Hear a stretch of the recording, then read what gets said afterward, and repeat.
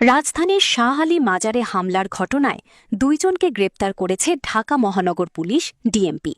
শনিবার ১৬ মে রাজধানীর পৃথক এলাকায় অভিযান চালিয়ে তাদের গ্রেপ্তার করা হয়।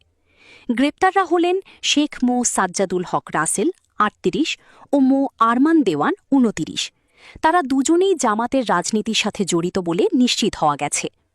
তথ্যটি নিশ্চিত করেছেন ডিএমপির মিরপুর বিভাগের উপকমিশনার মোস্তাক সরকার। তিনি বলেন, মাজারে হামলার ঘটনায় মাজারের এক ভক্ত মামলা করেছেন। সেই মামলার আসামিসহ আরও একজনকে গ্রেপ্তার করা হয়েছে। বাকিদের ধরতে অভিযান অব্যাহত রয়েছে। হামলার ঘটনায় রেশমি নামে এক নারী শাহালি থানায় মামলাটি করেন। মামলার বাদী হামলায় আহত ভুক্তভোগী।